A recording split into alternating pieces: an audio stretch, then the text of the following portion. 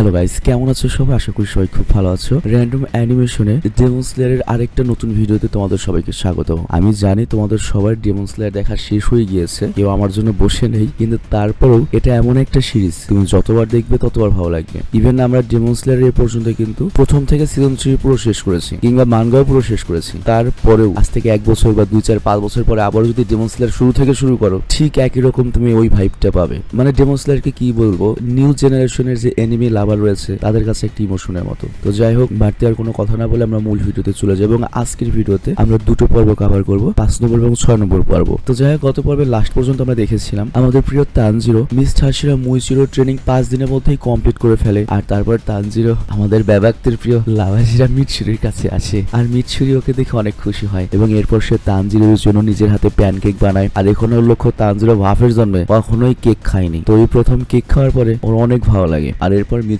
তানজিরোকে training এর জন্য dress দেয়, এবং এখানে আমরা দেখতে পাই যে মিৎসুরি আসলে LGBTQ নাকি রয়েছে, ওই যে সমকামী সেই টাইপের সাপোর্টার মনে হয়। দেখতে পাচ্ছ তানজিরো সহ বাকি সব প্লেয়ারদেরকে মেয়েদের ড্রেস পরিয়ে রেখেছে, এবং এরপর ওদেরকে মিউজিকের বিটের সাথে নাচতে বলে, কারণ নাচলে তাদের শরীরের ফ্লেক্সিবিলিটি বাড়বে। ভাই সিরিয়াসলি এরকম ট্রেনিং এটা দরকার। এরকম একটা ম্যাডামের কাছে যদি এরকম ট্রেনিং পাওয়া যায়, ভাই আর কি লাগে জীবনে। কিন্তু না, এরপরে মিৎসুরি এমন কাজ শুরু করে, ভাই সবাইকে স্ট্রেচিং ট্রেনিং করায়, আর ডেমোদিতে সে একজন স্লেয়ারের পুরো পা সোজা করে দেয়। ভাই আমি ছোটবেলাতে এটা করতে পারতাম, বাট এখন যদি আমি করতে যাই আমার রক ছিঁড়ে যাবে। তো যাই হোক, এটা দেখে প্রথমবারের মতো তানজিরো ট্রেনিং নিয়ে ভয় পেতে থাকে। তো মিৎসুরি এরপর তানজিরোকে ডাকে এবং ওর পা ছাড়িয়ে দেয়, আর তানজিরো তো বুঝতেই পারছো ব্যথায় চিৎকার দিয়ে ওঠে। তো যাই হোক, মিৎসুরি ট্রেনিং এখানেই শেষ হয়ে যায়, আর তারপর তানজিরো যায় হচ্ছে ওবানায়ের মেনশনে। তো তানজিরো এখানে এসে অনেক এক্সাইটেড ছিল, বাট ওবানায় মনে হয় আগে ওর উপর রেগে রয়েছে, এবং ওকে ধমক দিয়ে চুপ করে দেয় এবং বলে, মিৎসুরি তোমার বিষয়ে বলেছে, মনে হয় তুমি মিৎসুরি ট্রেনিং একটু বেশি এনজয় করেছো না? আর এরপর আমরা দেখতে পাই মিৎসুরি অ্যাকচুয়ালি ওবানাইকে একটা লিটার লিখে দিয়েছিল,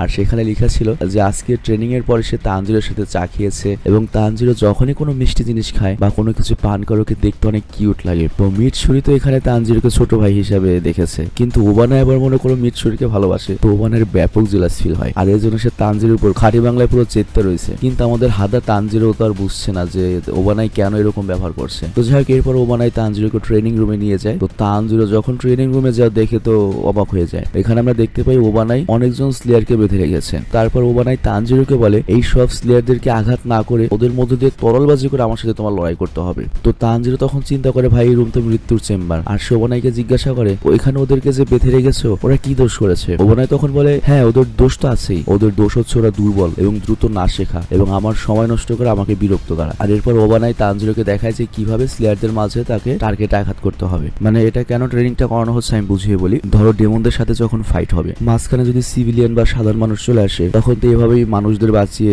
ডেমনদের সাথে ফাইট করতে হবে। তো যাই হোক, ওবানের এত স্পিড থাকার সত্ত্বেও তার টার্গেট ছিল একদম নিখুঁত। এবার তানজিরোর পালা। তোর কাছে কাঠের তলোয়ার ছিল, তবে ওটা দিয়েও বাড়ি লাগলে তো যে কারো অনেক ব্যথা পাবে। তো সকল স্লেয়াররাই তো ভয়ে ছিল এবং মনে মনে দোয়া করছিল তানজিরো যেন ওদের না মারে। তো যাই হোক, এরপর তানজিরো আস্তে আস্তে তার টার্গেটকে হিট করে থাকে। তো এটা দেখে ওবানে অনেক রেগে যায় এবং বলে, এখানে কি মজা করতে আইছো নাকি ট্রেনিং করতে আইছো? আমি মিৎসুরি না, বুঝে না যে তোমাকে প্যানকেক খাওয়াবো। তো এরপর ওবানাই তানজিরোকে বলে, আসো আমার উপর অ্যাটাক করো। কিন্তু বাকি সব স্লেয়াররা যাতে আঘাত না পায় এর জন্য তানজিরো তো ব্যাপক হেজিটেশনে ছিল, আর এই কারণে ওবানাই তানজিরোকে হারিয়ে দেয়। আর তারপর ওবানাই তানজিরোকে আবারও অ্যাটাক করতে বলে, আর এভাবেই তানজিরো ট্রেনিং চলতে থাকে। তবে তানজিরোর অ্যাটাক খুবই বেশি স্লো ছিল। আবার এদিকে ওবানাইয়ের যে তরোয়াল এত ছোট জায়গাতে সহজে বের হয়ে যাচ্ছিল, দেখে মনে হচ্ছিল তরোয়াল মুড়ে যাচ্ছিল সাপের মতো, মানে খুবই ফ্লেক্সিবল। তো যাই হোক, তানজিরো যখনই স্লেয়ারদের মাঝ দিয়ে মারতো তখনই সে মনে মনে একটা আওয়াজ শুনতে পেত এরকম যে ওই স্লেয়াররা বলছে, প্লিজ ভাই আমারে মারিস না, আমার বেজাগায় মারিস না। তো এইগুলো দেখে তানজিরো মাথারও খারাপ হয়ে যাচ্ছিল। আর তখন ওবানাই তানজিরোকে বলে, হেজিটেট ফিল করা বন্ধ করো বেকুব। তো তানজিরোর হাতেই প্রথমবারের মতো কাঁপছিল, কিন্তু তাকে ট্রেনিং তো করতেই হবে, এবং এবার ওকে ডাইরেক্ট তরল দেওয়া হয়েছে। চিন্তা করো। তো এবার সে তরল ওঠায় এবং পেছনের জনের বুকে মেরে দেয়, তারপর ক্ষমাও চায়। আর তারপর সন্ধ্যা হয়, সকল স্লেয়ারদের ছেড়ে দেওয়া হয় আজকের মতো। কিন্তু তানজিরো তখনও ট্রেনিং করে যাচ্ছিল এবং টার্গেটকে হিট করার চেষ্টা করছিল, মানে সে আরো নিখুঁত হতে যাচ্ছিল যাতে তার জন্য অন্য কারো সমস্যা না হয়। তো যাই হোক, তানজিরোকে দেখে বাকি সব স্লেয়ারদের মাঝেও জোশ চলে আসে এবং তারাও ট্রেনিং করতে থাকে। আর তারপর তারা সবাই গরম পানিতে ডুব দিতে যায়, তবে শরীরে লাগা আঘাতের কারণে তাদের শরীরগুলো জ্বলতে থাকে। বাট দেখ ভাই, সবগুলোর ফিগার গিয়ে সবগুলো সিক্স প্যাক, কি ফিটনেস। আর এরকম কষ্ট করলে ফিটনেস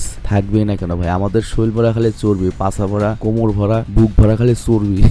তো যাই হোক, পরদিন আমরা দেখি তানজিরো আবারও ওবানের সাথে ফাইট করে, কিন্তু এখনো সে অনেক বেশি স্লো ছিল এবং তৃতীয় দিন সে অনেক মারও খায়। কিন্তু চতুর্থ দিন তানজিরো শুধুমাত্র ওবানের উপরেই ফোকাস করবে বলে চিন্তা করে এবং সে বুঝতে পারে যে তার লড়াইটা কিভাবে হতে চলেছে। মানে ডেমনের সাথে লড়াই করতে গেলে সামনে গাছ বা পাথরে আটকে যায় যদি তরল, তাহলে তার খেল খতম। তো এই ট্রেনিংটা খুবই গুরুত্বপূর্ণ। তো এই জন্য তানজিরো ভাবতে থাকে যে আমি একটা জঙ্গলে রয়েছি, শুধুমাত্র ওবানায় আমার শত্রু ওবানের উপর আমার ফোকাস করতে হবে এবং এভাবে ফাইট করতে শুরু করে। আর এর ফলে ওর টার্গেট আগের চেয়ে বেটার হয়ে যায় এবং শেষ পর্যন্ত তানজিরোর একটা অ্যাটাক ওবানায়ের শরীরে গিয়ে লাগে আর এতে তার ইউনিফর্ম একটু ফেটে যায়। তো এটা দেখে ওবানায় তানজিরোকে বলে তোমার ট্রেনিং সম্পূর্ণ হয়েছে। আর তারপর তানজিরো তাকে গুড বাই বলে, বাট ওবানায় রেগে গিয়ে বলে দূর হ ময়লার ডিব্বা, আর খবরদার মিটসুরির বেশি কাছে যাবে না। তানজিরো তখন বুঝতে পারে না ঘটনা কি, আমার উপরে তো রাগ গেছে কেন। তো যাই হোক, এরপর তখন তানজিরো সানামি মানে সবচেয়ে বদমাইশটা মেনশনের দিকে যেতে থাকে, কিন্তু রাস্তায় হুট করে আমাদের পাগলা জেনিৎসু চলে আসে। তো জেনিৎসুর অবস্থা দেখে তানজিরো তো ভয় পেয়ে যায় আর আমাদের পাগলা জেনিৎসু কাঁদতে কাঁদতে তানজিরোকে বলে আমাকে সাহায্য করো তানজিরো, এখান থেকে আমাকে পালাতে সাহায্য করো, আমি অনেক কষ্টে এই পর্যন্ত পালিয়ে এসেছি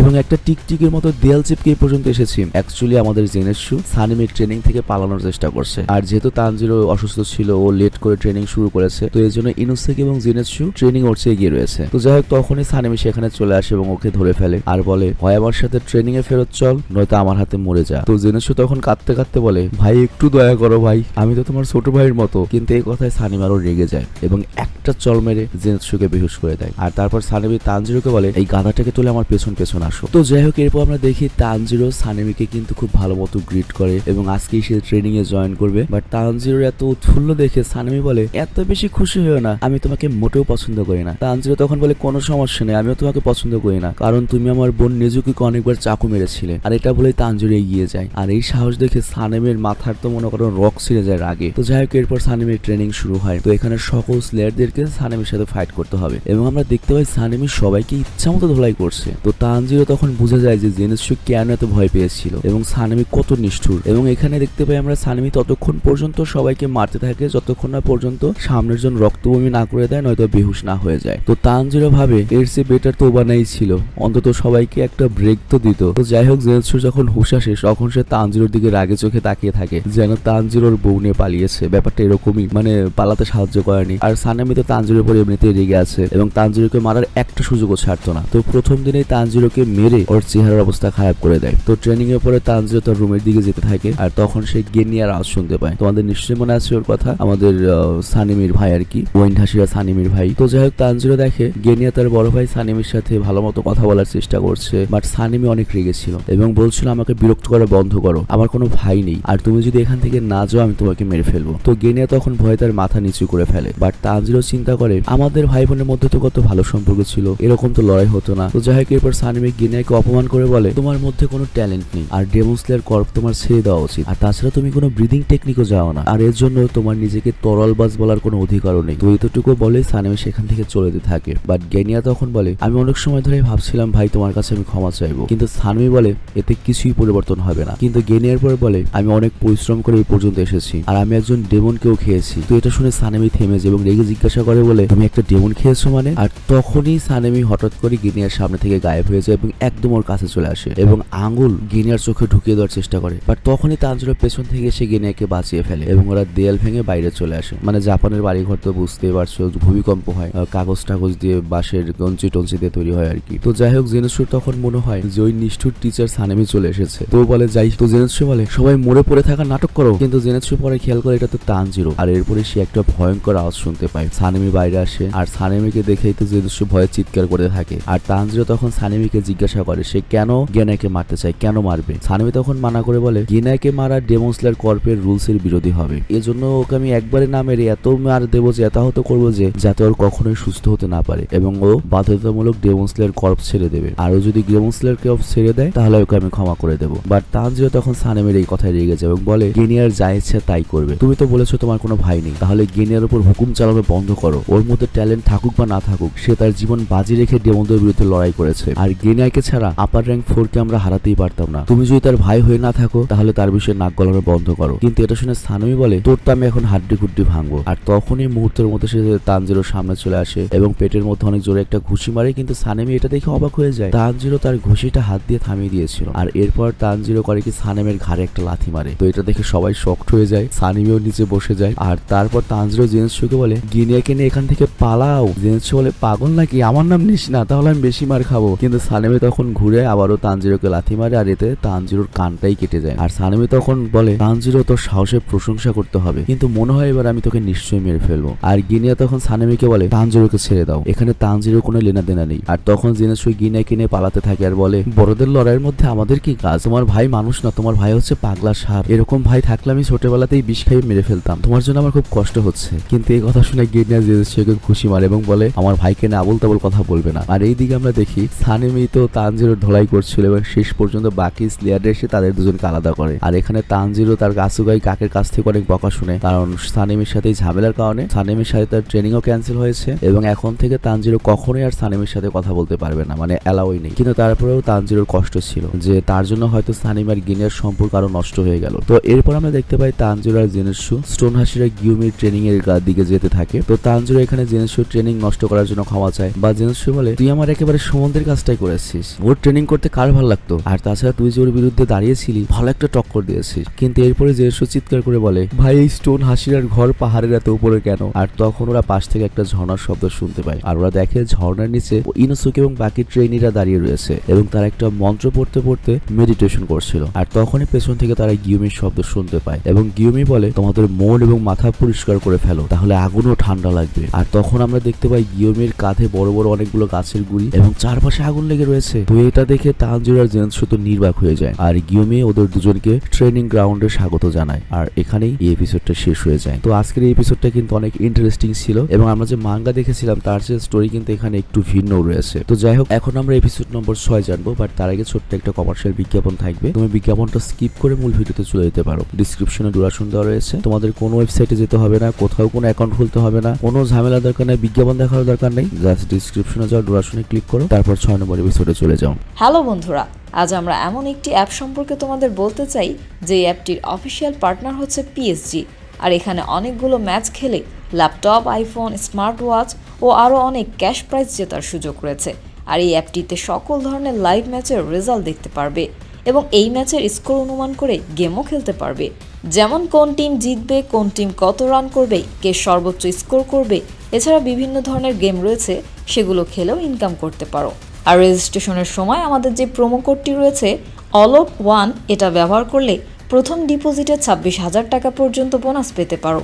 আর এই টাকা তুমি খুব সহজেই বিকাশ, ব্যাংক এবং অন্যান্য সহজ পদ্ধতির মাধ্যমে উঠাতে পারো। তো আর দেরি কিসের, ডেসক্রিপশনে প্রোমো কোড এবং পিন কমেন্টে প্রোমো কোড সহ সাইন আপ লিঙ্ক রয়েছে, সেটা ব্যবহার করো এবং ক্যাশ প্রাইজ জিতো। আর এখানে আরেকটা কথা মনে রেখো, আমরা যেই বিজ্ঞাপন দেই না কেন, অনলাইন থেকে টাকা আয় করা এত সহজ কোনো ব্যাপার নয়। তোমরা কোনো আর্থিক ক্ষতির সম্ভাবনা রয়েছে এমন কোনো ওয়েবসাইটে যাবে না। তো চলো এবার মূল ভিডিওতে চলে যাই।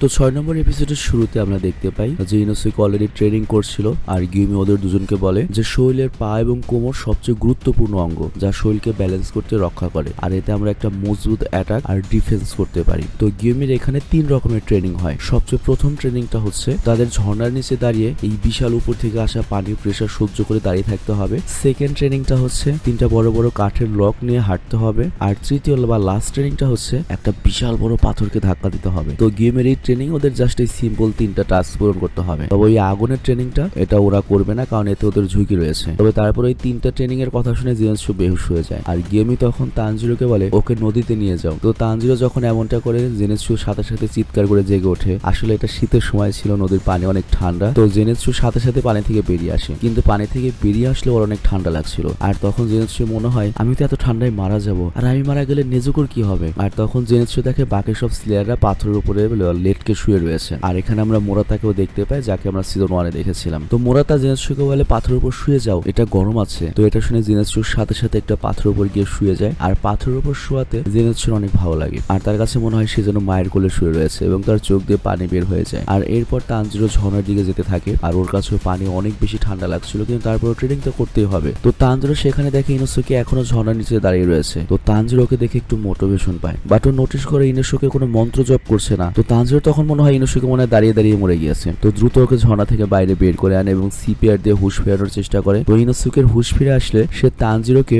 মানজিরো বলে ডাকে, মানে মানজিরো সানো টোকিও রিভেঞ্জার্সের মাইকি ভাই আমাদের। আর এই পুরো সিরিজে একবারও ইনোসুকে তানজিরো বা কারো নাম সঠিকভাবে বলতে পারেনি। তো যাই হোক, এরপর তানজিরো ঝর্ণার মাঝে দাঁড়াতে যায়, যেটা অনেক কঠিন ছিল। আর মোরাদা তখন তানজিরোকে বলে, তুমি সবসময় কিন্তু ওই নিম্বুৎসু মন্ত্রটা জপ করতে থাকবে, এতে তুমি সহজে ফোকাসও করতে পারবে এবং আশেপাশের লোকজনও বুঝতে পারবে তুমি হুঁশে রয়েছে। তো তানজিরো এমনটাই করে, বারবার মন্ত্র পড়তে থাকে। আর কিছুক্ষণ পরে তানজিরো যখন আর পারে না, ও গিয়ে গরম পাথরের উপর শুয়ে পড়ে এবং বলে, ঝর্ণার পানি আমার পিঠে শুয়ের মতো বিঁধেছে, এত উপর থেকে পানি পড়েছে, পানিটা আমার কাছে অনেক ভারী মনে হচ্ছিল আমার ঘাটটায় ভেঙে যাবে, তার উপর এত ঠান্ডা পানি। আর তখন মোরাদা বলে, যাই বলো না কেন, তুমি আর ওই শুকুরের মাথাওয়ালা দুজন অনেক চমৎকার, কারণ ওই ঝর্ণার নিচে যেতে আমরা 3 দিন লাগিয়েছিলাম, তারপরেও আমরা আধা ঘন্টার বেশি থাকতে পারি না এবং 10 দিন ধরেই ট্রেনিং করছি। তবে আমার ঝর্ণার ট্রেনিং শেষ হয়েছে, এখন আমি কাঠের লগ ওঠানোর ট্রেনিং করতে যাব। তো এরপর আমরা দেখি তানজিরো সবার জন্য মাছ রান্না করে। আর মাছ খেতে খেতে ইনোসুকে বলে, এই স্টোন হাসিরা তো চমৎকার, আমি তো তাকে প্রথমে দেখে ভয় পেয়ে গিয়েছিলাম। তো তানজিরো দেখে ইনোসুকে মাছের সাথে মাছের সব কাটাও খেয়ে ফেলে এবং ও একাই 10টা মাছ খেয়ে ফেলে। আর এরপর ইনোসুকে সবাইকে বলে, এটাতে কোনো সন্দেহ নেই যে গিয়োমি পুরো ডেমন স্লেয়ার কর্পসের মধ্যে সবচেয়ে শক্তিশালী হাসিরা। তানজিরো বলে, আমার কাছেও তাই মনে হয়, কারণ গিয়োমের শরীরের যে গন্ধ বাকি সব হাসিরাদের চেয়ে আলাদা, আর সে হয়তো তার ডেমন স্লেয়ার মালটাও খুব দ্রুত ম্যানিফেস্ট করে ফেলবে। আর তখন জেনেৎসু বলে, আমার কাছে তো মনে হয় না ওই বুইড়া লোকটা ওই বোল্ডারটিকে, ওই পাথরের বিশাল ইটাকে ধাক্কা দিতে পারবে, সে শুধু শুধু আমাদের মতো নিরীহ বাচ্চাদের উপর অত্যাচার করছে। আর তখনই জেনেৎসু দেখে গিয়োমি সবচেয়ে বড় যে পাথরের টুকরা বোল্ডারটা রয়েছে সেটা ঠেলে নিয়ে যাচ্ছিল। এটা দেখে সবাই চমকে যায়। আর গিয়োমি কিন্তু তখন মন্ত্র জপ করতে করতে তোমার ওই এটা কাজটা করছিল। তো তানজিরো তখন বলে, গিয়োমি কত চমৎকার, আমি কি তার মতো কখনো হতে পারবো? এটা শুনে জেনেৎসু রেগে গেছে এবং তানজিরোকে মারতে পারতে বলে, তুই কি পাগল? ওর সাইজ আর তোর সাইজ দেখেছিস? ওই লোকটা একটা ভাল্লুকের মতো বিশাল, আর তুই তার সামনে ছোট্ট একটা ব্যাঙের মতো, ওইরকম স্ট্রং তুই কখনই হতে পারবি না। আর এখানে একটা কথা বলতেই হচ্ছে, গত সিজনের চেয়ে মনে হচ্ছে এই সিজন 4 তানজিরো তারপর জেনেৎসু ওদের শারীরিক সাইজ আগের চেয়ে ছোট করা হয়েছে। মানে আমার কাছে ওদের শারীরিক সাইজ ছোট ছোট লাগছে। মানে সানেমির সাথে যখন ও পেছনে হাঁটলো গত পর্বে, মানে অনেক বেশি ছোট লেগেছে আমার কাছে, মনে হচ্ছে ওদের হাইট কমিয়ে দেওয়া হয়েছে। তবে তারপরেও তানজিরোর হাইট আসলেই কম এই সিরিজে। এই সিরিজে তানজিরোর হাইট হচ্ছে 5 ফিট 5 ইঞ্চি, নিজেকোর 5 ফিট 2 ইঞ্চি, জেনেৎসু এবং ইনোসুকে ওদেরও 5 ফুট 5 ইঞ্চি করে, মানে তিনজনই সমান লম্বা। তো যাই হোক, এরপর সবাই খাবার শেষ করে তানজিরো ইনোসুকে বলে, আমি খুব দ্রুত আমার ট্রেনিং কমপ্লিট করে ফেলবো। তো তানজিরোকে এত পজিটিভ দেখে জেনেৎসুর মাথা আরো খারাপ হয়ে যায়। মানে জেনেৎসু হলো রোমান্টিক বয়, জেনেৎসুর কাম কাজ ভালো লাগে না, আমাদের সুমন ভাই খালি আকাম কুকামের মধ্যে আছে। তো যাই হোক, এরপর তানজিরো আর জেনেৎসু দুজনে ঝর্ণার নিচে গিয়ে দাঁড়ায়। আর কিছুক্ষণ পরেই জেনেৎসু পানিতে ডুবে ভাসতে থাকে। তো তানজিরোকে দ্রুত বাঁচায় আর আবারও ঝর্ণার নিচে দাঁড়িয়ে প্রথম ট্রেনিংটা কমপ্লিট করে ফেলে। এরপর তানজিরো কাঠের লক তুলতে যায় আর একটু চেষ্টা করার পর এই ট্রেনিংটাও কমপ্লিট করে ফেলে। আর অন্যদিকে আপার র্যাঙ্ক 4 নাকিমের চোখ সকল স্লেয়ারদের কিন্তু পিছু নিয়েছিল। তো নাকিমে বলে, সে পর্যন্ত প্রায় 60% ডেমন স্লেয়ারকে খুঁজে পেয়েছে, কিন্তু এখনো পর্যন্ত নেজুকুর খবর পায়নি। আর নাকিমের ঠিক সামনে আমরা ডেমন কিং মুজানকে দেখতে পাই, মুজান জ্যাকসনকে। তো সে নাকিমের এই প্রোগ্রেস নিয়ে খুবই খুশি ছিল এবং সে নাকিমেকে আরো নতুন এরিয়াতেও খোঁজ খবর নিতে বলে। আর এই সিরিজে আমার কাছে মুজানকে অনেকটা পুতিনের মতো লেগেছে, পুতিন। তো যাই হোক, এরপর নাকিমে সেটাই করতে শুরু করে, অন্য এলাকায় খুঁজতে শুরু করে। আর মুজান বলে, আমি খুব দ্রুত নেজুকো এবং কাগায়া উয়াশিকে খুঁজে বের করব। আর কাগায়া মানে হচ্ছে ডেমন স্লেয়ার কর্পের যে হেড, মাস্টার, যে বর্তমানে অসুস্থ। আর এখানে একটা মজার ফ্যাক্ট বলি, মুজানেরই কিন্তু বংশধর কাগায়া। তো যাই হোক, পরদিন আমরা দেখতে পাই তানজিরো সেই বোল্ডারটিকে ধাক্কা দেওয়ার চেষ্টা করে, কিন্তু সে একটু সরাতে পারছিল না, উল্টো তার জুতো ছিঁড়ে যায়। আর তানজিরো তখন দেখে 3 জন স্লেয়ার সেখান থেকে চলে আসছে। তো ওরা বলে যে এই ট্রেনিংটা অনেক বেশি হার্ড, এজন্য আমরা এটা মাঝপথে ছেড়ে দিয়ে চলে যাচ্ছি, কিন্তু তারপরে যে কোনো লড়াইয়ে তোমার ব্যাকআপ সাপোর্ট আমরা নিশ্চয়ই দেবো। তো এটা শুনে তানজিরো ওদেরকে ধন্যবাদ জানায়, কারণ ওরা যদি তানজিরোকে পেছন থেকে সাপোর্ট করে তাহলে সে তার ফুল মনোযোগ দিয়ে ডেমনদের সাথে লড়াই করতে পারবে এবং মুজানের মাথা কাটতে বা মুজানকে পুরোপুরি শেষ করে দিতে এই পুরো ডেমন স্লেয়ার কর্পকে একসাথে লড়াই করতে হবে। তো এরপর আমরা দেখি তানজিরো আবারও বোল্ডারটিকে ধাক্কা দিতে লেগে পড়ে। আর এরপর লাঞ্চে তানজিরো সবার জন্য অনিগিরি বানায়, মানে ওদের কোনো একটা খাবার হবে আর কি, যেটা রাইস বল বা ভাত দিয়ে বানানো হয়। তো এটা দেখে সব স্লেয়ার অনেক পছন্দ করে। আর মোরাদা বলে, এই ট্রেনিং করাতে আমি বুঝে গিয়েছি যে হাসিরাদের কাছে কেন তাদের কোনো সাইড কিক নেই, যে হাসিরাদের দ্বিতীয় পজিশনে কেন আরেকজন নেই, কারণ হাসিরাদের জায়গা কেউ নিতে পারবে না। আর হাসিরাদের ট্রেনিং এত কঠিন হয় যে কেউ তাদের কাছে টিকতেও পারবে না। যেমন জেনেৎসুই বেচার এই ট্রেনিং করার কারণে ল্যাটা ভ্যাটা হয়ে গিয়েছে। হাসিরারা আসলেই চমৎকার এবং তাদের ট্রেনিং অন্য লেভেলের। তো এরপর তারা সবাই তানজিরোর খাবারের তারিফ করতে থাকে। আর তখন তানজিরো বলে, দেখো আমার বাবা কয়লা বিক্রি করতো, তো এই জন্য আমি জানি ভালো খাবার বানাতে আগুনের কন্ট্রোল করতে শিখতে হয়। তো এরপর সে সবাইকে গ্রিলড পনিগিরিস খাওয়ায়। এটা খেয়ে সবার নিজেদের বাড়ির কথা মনে পড়ে যায়, তাদের কাছে মনে হচ্ছিল তারা যেন নিজের বাড়িতে মায়ের হাতের রান্না করা খাবার খাচ্ছে। তো এটা শুনে তানজিরো তার বাড়ির কথা মনে পড়তে থাকে। তো এইভাবে 6 দিন কেটে যায়। তানজিরো এখনো কিন্তু ওই পাথরটাকে নাড়াতে পারে পায়নি, আর সে মাটিতে শুয়ে চিন্তা করতে থাকে আমি কি ভুল করেছি, ডেমনরা তো যে কোনো সময় হামলা করতে পারে, তো এই জন্য আমাকে এই ট্রেনিং দ্রুত পূর্ণ করতে হবে। আর তখন সেখানে গেনিয়া চলে আসে এবং তানজিরোকে বলে তোমার মাথার নিশানা তো দেখি আরো গাঢ় হয়ে গিয়েছে, আমি ওই ডেমন স্লেয়ার মার্কটার কথা বলছি। এই কথা শুনে তানজিরো চমকেছে এবং জিজ্ঞাসা করে এই তুমি কেমন আছো? গেনিয়া বলে হ্যাঁ আমি ওইখানে গিয়োমির সাথে ট্রেনিং করছিলাম এবং সানেমের সাথে আমাকেও কথা বলতে মানা করা হয়েছে, কিন্তু তারপর আমি আমার ভাইয়ের সাথে কথা বলতে গিয়েছিলাম আর এ কারণেই তোমার সাথে আমার ভাইয়ের লড়াই হয়ে যায়, আর এর জন্য আমিও গিয়োমির কাছ থেকে বকা শুনেছি, আই মিন স্টোন হাসির কাছ থেকে। তো যাই হোক গেনিয়া এখানে তানজিরোকে ধন্যবাদ জানায় যে আমাকে প্রোটেক্ট করার জন্য। আর তানজিরো তখন জিজ্ঞাসা করে আচ্ছা আমার কপালে ডেমন স্লেয়ার মার্ক কি আসলে আগের চেয়ে গাঢ় হয়েছে? কেউ তো আমাকে এগুলো বললো না। গেনিয়া তখন বলে তুমি থাকো সব গাধার দলের সাথে, ওরা এটা কই থেকে নোটিস করবে, আমি তোমাকে আয়না দেবো তুমি নিজে দেখে নিও। আর এই কথাটা কিন্তু সত্য বলেছে। গেনিয়া বাদে বাকি একজনে কিন্তু ভার দিক না, মানে তানজিরোদের বয়সে যারা আছে। তো যাই হোক এরপর গেনিয়া বলে আমি ওই বোল্ডারের ট্রেনিংটাই করছি আর সেটাকে আমি একটু নড়াতে সফল হয়েছি। তো এই কথা শুনে তানজিরো চমকে যায় আর গেনিয়া তখন তানজিরোকে জিজ্ঞাসা করে তুমি কি রেপিটেটিভ অ্যাকশন ব্যবহার করেছো? তানজিরো এই ব্যাপারে কিছুই জানতো না, বুঝতে পারে না। তো গেনিয়া তখন বলে দেখো গিয়োমির সবচেয়ে শক্তিশালী হাসিরা হতে পারে বাট সে টিচার হিসেবে অত ভালো নয়, তো এই জন্য তোমাকেই মনোযোগ দিয়ে তাকে দেখে দেখে সব শিখতে হবে। আর গেনিয়ার পর বলে তোমার হাই কনসেন্ট্রেশনে পৌঁছানোর জন্য এদের কিছু কিছু অ্যাকশন বারবার রিপিট করতে হবে, যেমন আমি সবসময় নেমবুৎসু মন্ত্র পড়ি। তো তানজিরো তখন হাসতে হাসতে বলে হ্যাঁ গিমিও সবসময় নামো নামো করতে থাকে। আর ওইদিকে আমরা দেখি গিয়োমি গাছের পেছনে লুকিয়ে ওদের কথা শুনছিল। আর এখানে তোমরা অবশ্যই জানো গিয়োমি কিন্তু চোখে দেখতে পায় না, ও যদি খালি চোখে দেখতে পেতো তুমি কল্পনা করতে পারতে না স্টোন হাসিটা কত শক্তিশালী হতো। তো যাই হোক এরপর গেনিয়া এখান থেকে চলে যায় আর তানজিরো ওই বোল্ডারটা আবারও ধাক্কা দেওয়ার চেষ্টা করে আর র্যাপিটেটিভ অ্যাকশন করলে শরীরের সকল ইন্দ্রিয় খুলে যায়। তো গেনিয়া যদিও ব্রিদিং টেকনিক পায় না, তবে তারপর সে র্যাপিটেটিভ অ্যাকশন করে ওই বোল্ডারটা সরাতে পারে। আর এই টেকনিক অ্যাক্টিভ করার জন্য গেনিয়া একটা বুদ্ধি দিয়েছে, সেটা হচ্ছে পুরনো কোনো একটা দুঃখের ঘটনা মনে করতে হবে। আর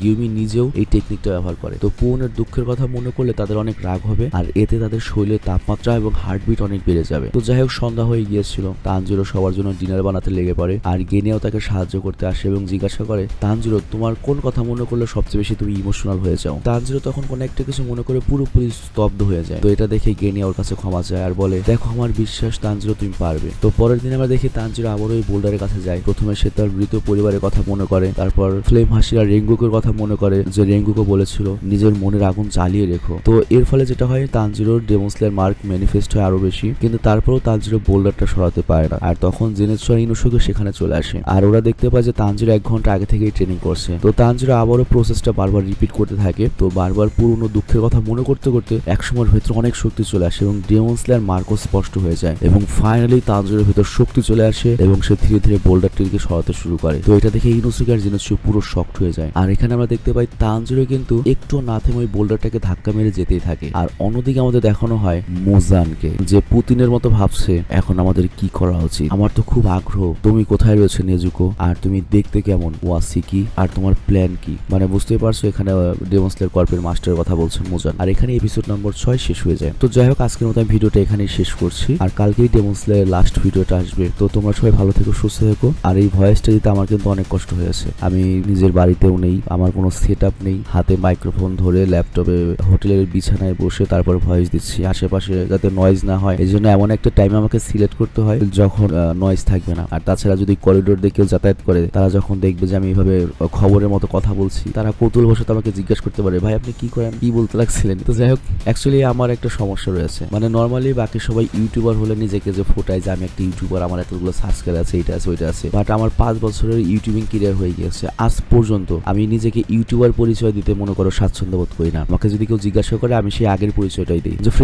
ফ্রিল্যান্সিং করি, এটা বলি আর কি। মানে ইউটিউবার পরিচয়টা আমার কাছে একেবারে স্বাচ্ছন্দ্য লাগে না। তবে তারপর আস্তে আস্তে আমি চেঞ্জ হওয়ার চেষ্টা করছি, কারণ ইউটিউবিং করা তো আর চুরি করে খাওয়া নয়। তো এখন আস্তে আস্তে চেঞ্জ হওয়ার চেষ্টা করছি আর কি, যে জিনিসটা মেনে নিতে হবে। তো যাই হোক আজকে আমরা বিদায় নিলাম, ভালো থেকো, সুস্থ থেকো, টেক কেয়ার, আল্লাহ হাফেজ। আর গাইস যারা ফুল ভিডিও দেখেছো তাদের জন্য একটা গুড নিউজ রয়েছে, সেটা হচ্ছে আমাদের একটা ক্লোথিং স্টোর রয়েছে, তোমরা সবাই সেটা জানো। আর আমাদের ক্লোথিং স্টোরটা একটু ডিফারেন্ট, এর কারণটা হচ্ছে তুমি তোমার ইচ্ছা মতো তোমার টি শার্টটি ডিজাইন করে নিতে পারো। মনে করো গুগল থেকে যে কোনো একটা গ্রাফিক্স তুমি ডাউনলোড করে দিলে, বা সামনে কোন গ্রাফিক্স থাকবে, পেছনে কোন গ্রাফিক্স থাকবে, বা তুমি তোমার বন্ধু বা বান্ধবীকে তার স্পেশাল ডেতে স্পেশাল একটা টি শার্ট গিফট করতে চাও, তাহলে আমাদের ওখান থেকে তুমি অর্ডার করতে পারো। আর র্যান্ডম স্টোরকে আরো এক ধাপ এগিয়ে নেওয়ার জন্য র্যান্ডমের কো ওনার নাফিসের সাথে মিলে আমরা একটা ক্যাম্পেইন লঞ্চ করেছি, যেখানে তোমরা যদি আমাদের স্টোর থেকে টি শার্ট কেনো তাহলে তোমাকে একটা কুপন দেওয়া হবে। আর সেই কুপনের এক পার্ট থাকবে আমাদের কাছে, এক পার্ট থাকবে তোমাদের কাছে, এবং এই ক্যাম্পেইনটা চলবে হচ্ছে 3 মাস পর্যন্ত। এবং এই 3 মাস পরে আমরা সেই কুপনগুলো নিয়ে লাইভে এসে লটারি করব। আর ওই লটারির মাধ্যমে আমরা অনেক ধরনের পুরস্কার দিতে চলেছি, যেমন এর মধ্যে রয়েছে একটা জিক্সার মোটরসাইকেল, একটা আইফোন, এছাড়াও নগদ 20,000 টাকাও পুরস্কার থাকবে, তার সাথে আরো ছোট বড় অনেক পুরস্কার থাকবে। তো আমি আশা করছি তোমরা সবাই এই ক্যাম্পেইনে অংশগ্রহণ করবে, অন্তত একটা টি শার্ট কিনে হলো, এবং আমাদের এই ক্যাম্পেইনটা সফল করতে সহায়তা করবে। আর আরো বিস্তারিত জানতে তুমি আমাদের পেজে চলে যাও, পেজের লিঙ্কটা আমি দিয়ে দিয়েছি ডিসক্রিপশনে, র্যান্ডম স্টোরের লিঙ্কটা, এবং ওখানে আমাদের র্যান্ডম স্টোরের যে কো-ওনার সে ভিডিওর মাধ্যমে সবকিছু তোমাকে বুঝিয়ে বলবে। তো রিকোয়েস্ট থাকলো তোমরা একবার র্যান্ডম স্টোরে যাও এবং সেখান থেকে পুরো প্রসেসটা জেনে নাও, এবং অবশ্যই এই ক্যাম্পেইনটা সফল করো। তো আমি বিদায় নিচ্ছি, ভালো থেকে সুস্থ থেকো, টেক কেয়ার, বাই বাই।